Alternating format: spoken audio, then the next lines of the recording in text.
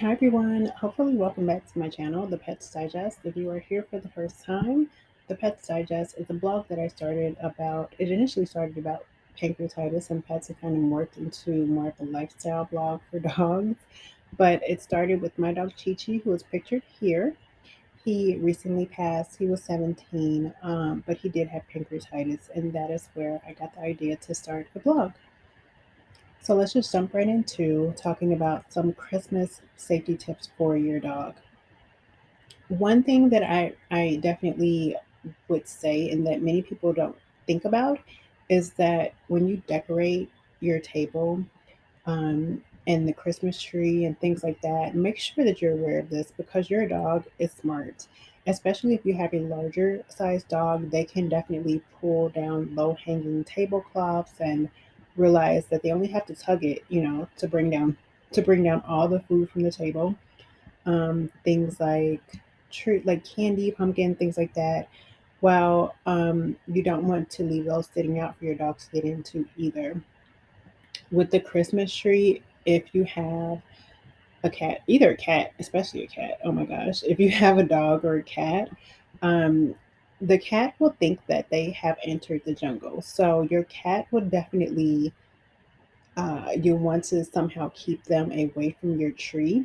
I do have on my website some Amazon links to some things you can purchase that can help you with that. But cats, there's really not much you can do for the cat. They love the lights, they love like the sparkly ornaments and things like that. So you'll just have to kind of train them to keep off of your Christmas tree. But you can try to build a barrier around the tree. But like I said, it does very little to deter a curious kitten or puppy, unfortunately. But just keep an eye on it. Turn your lights off when you're not at home so that maybe they won't attract your cat so much.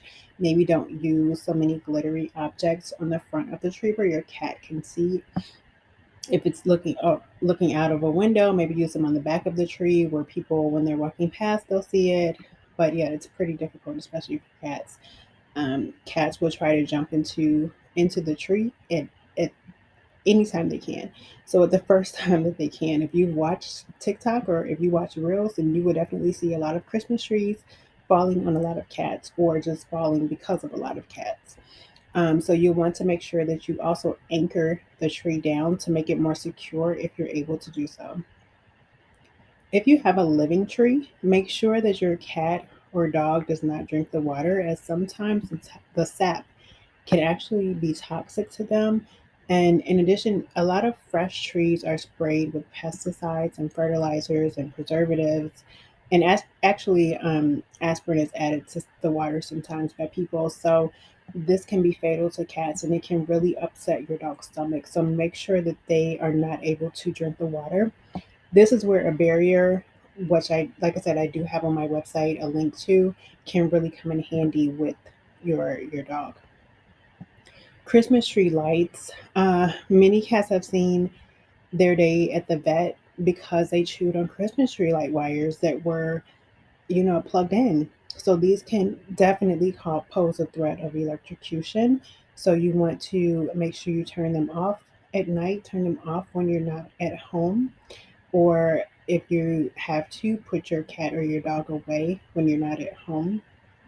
If you're using candles, which many people do around the holidays, use a battery operated candle, especially if you're not going to be in the room with your pet. Just as a little side note, I do have a website now that sells candles that are pet inspired. This is one of my candles. It's called Bahati Pets, and I will leave a link to it.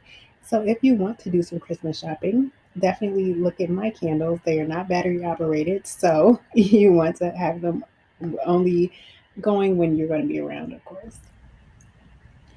Tinsel.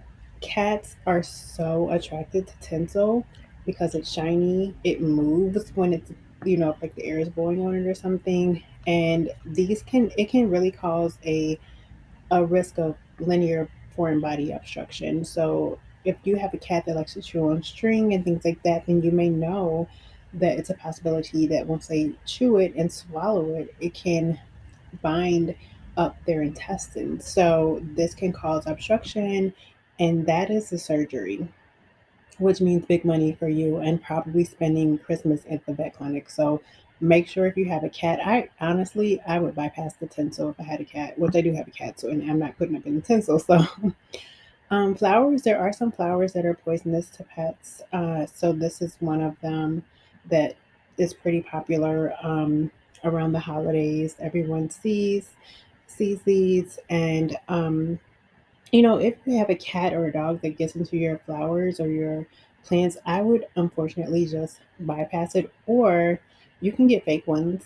Some of the fake ones, I have fake flowers for Christmas, and they're just as good as well, not just as good, but they look pretty well real. So, and some ornaments, your pet may want to chew on them, which can cause cuts in the mouth, cuts in the stomach, and it can cause a bloody stool and some diarrhea, and of course a subsequent trip to the vets.